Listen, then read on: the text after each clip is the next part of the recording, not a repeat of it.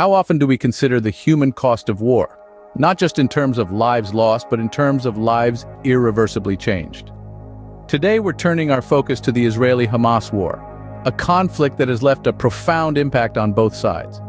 We'll specifically be shedding light on the Israeli soldiers on the front lines. It's estimated that around 12,500 of these brave individuals will face disability this year. As we delve into this topic, remember that war is not just about politics and power, but about people and their lives.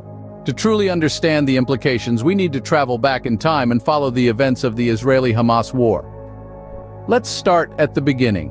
The tensions rose to a head and a war was ignited. The first few weeks saw intense fighting, with both sides determined and driven.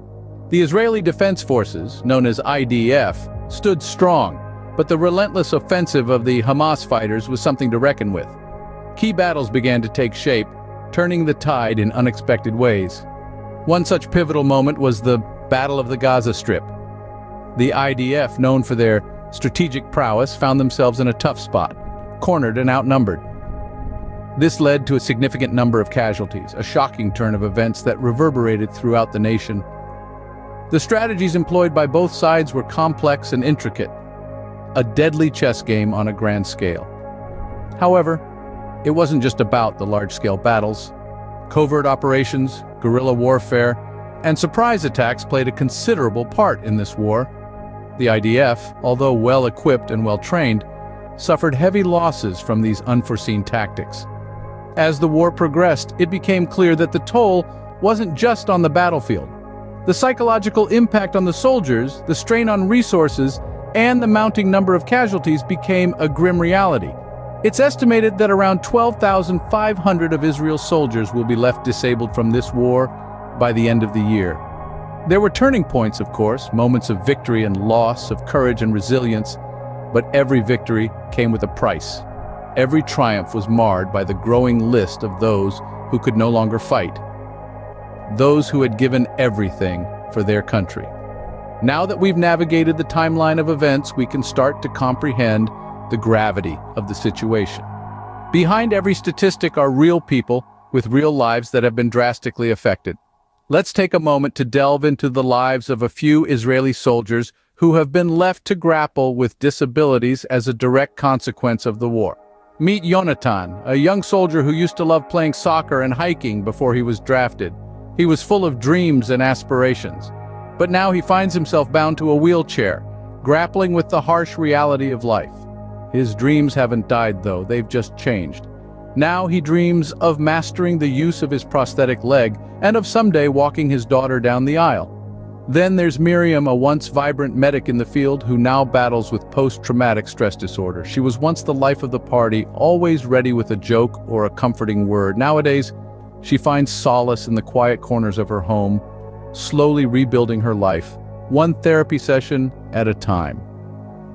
Let's not forget the families. Parents, siblings, spouses, and children are all deeply affected. Consider the story of Eli, a father of 3 who used to be the family's primary breadwinner. Now his wife works double shifts while he stays at home, learning to navigate life with a lost limb. It's a role reversal that's been tough on the entire family. These are merely a few of the 12,500 stories of resilience, struggle, and adaptation. Every one of these soldiers has a unique journey, a unique battle to fight. They bear the scars of war, not just on their bodies, but on their minds and souls. Their stories are a testament to the human spirit's ability to adapt and overcome. They remind us that behind the dry numbers and statistics are real human beings. They remind us that each soldier is someone's child, someone's partner, someone's parent.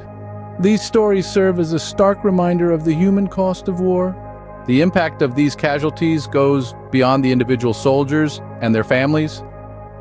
When we delve into the bigger picture, we begin to understand the societal and economic implications of war, particularly when a significant portion of the population is left disabled.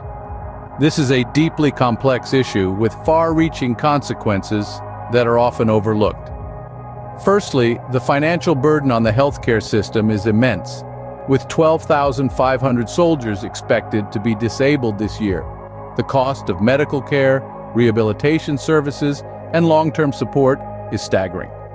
This puts a strain on the nation's resources and can lead to difficult decisions about how to allocate funding. Then, there's the lost productivity. These are individuals who would have been contributing to the workforce, driving the economy forward. Their absence from the labor market not only affects the country's economic growth, but also has a domino effect on other sectors. But the implications don't stop at the economic level. The psychological impact on a nation witnessing such a large proportion of its people disabled cannot be underestimated. The societal fabric is strained, and collective morale can take a hit. The emotional toll of war extends far beyond the battlefield, seeping into homes, schools, and workplaces. This, too, has its own set of repercussions, from increased mental health issues to a general sense of unease within the community. Moreover, the ripple effects extend to the next generation. Children grow up seeing the aftermath of war, the struggles, the sacrifices.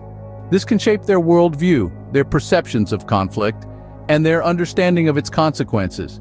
And so we see that the impact of war is far more extensive than it appears at first glance. It's not just about the immediate devastation, it's about the long-term effects, the slow and steady erosion of a society's health, economy, and psyche.